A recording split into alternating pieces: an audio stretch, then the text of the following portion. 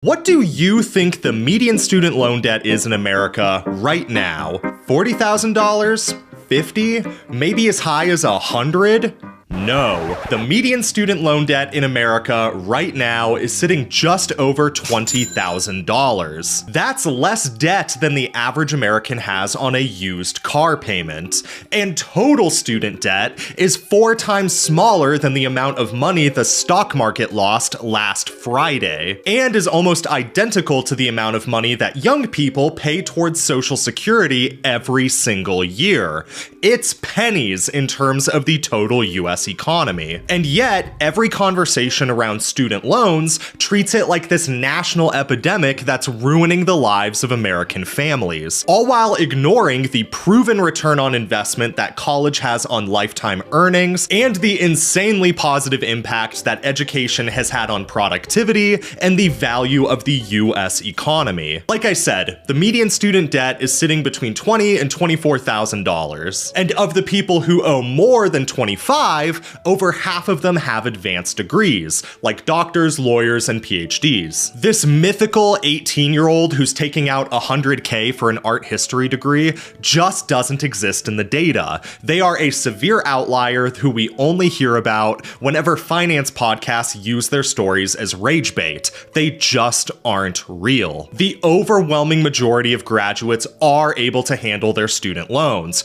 regardless of what they studied and regardless of how much money they took out. Only 13% of bachelor's degree holders from public universities are behind on their student loans, a number that drops down to 11% when you look at graduates of private schools. And as people get older and start to change careers, they become increasingly likely to report that their college education was worth the money. See, the truth of the matter is that 3/4 of all college graduates will end up going into a different field than what they originally studied, whether that's a philosophy major going into business to pursue jobs, or whether that's a software engineer going into the nonprofit sector after tech layoffs. Market conditions, changing priorities, and new jobs getting created because of evolving technology means that no degree will stay relevant forever.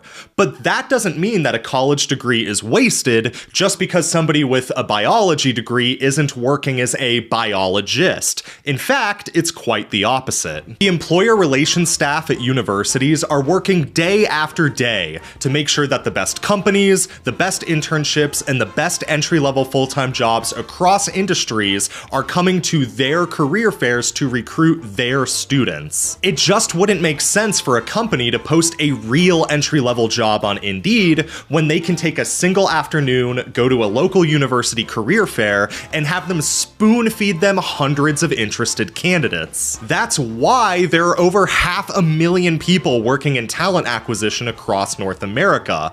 And generally speaking, the more a university costs to attend, the higher paying jobs that they are expected to provide their students, which is part of why graduates from private schools are less likely to be behind on their loans. Unless you're becoming an engineer, a teacher, or a doctor, the real value of a college education is not the sheet of paper that you get at the end. It's the social capital that you obtain from everything else that a university has to offer. Hashtag become your own Nepo baby. So when you survey people who went to college and finished, the overwhelming majority report that their earnings in their career are significantly higher than they would have been had they not gone to college. Whereas the people who don't believe that college was worth the tuition money are overwhelmingly people who dropped out or who did not receive a bachelor's degree. I want to get the point across that the reality of student debt in America is not nearly as bad as it seems, especially when you compare it to the average debts that Americans carry on things like cars, credit cards, and mortgages. Outside of mortgages, assuming that you can actually afford yours anyway, consumer debt can almost never be considered an investment. Your car loses value the second you drive it off the lot. And while I'm sure that vacation to the Caribbean was very relaxing and you came back and were more productive, that increase in productivity probably didn't offset the credit card debt that you took out in order to go. go. Consumer debt is just not an investment. Putting money in the market, starting a business, and going to college are some of the only times where spending money actually makes you money. Yet while we applaud people putting money in Roth IRAs or becoming entrepreneurs, online culture has heavily vilified going to university over the past 2 decades. And the reason why is, ironically, because a bachelor's degree from a traditional university is very likely to actually pay off.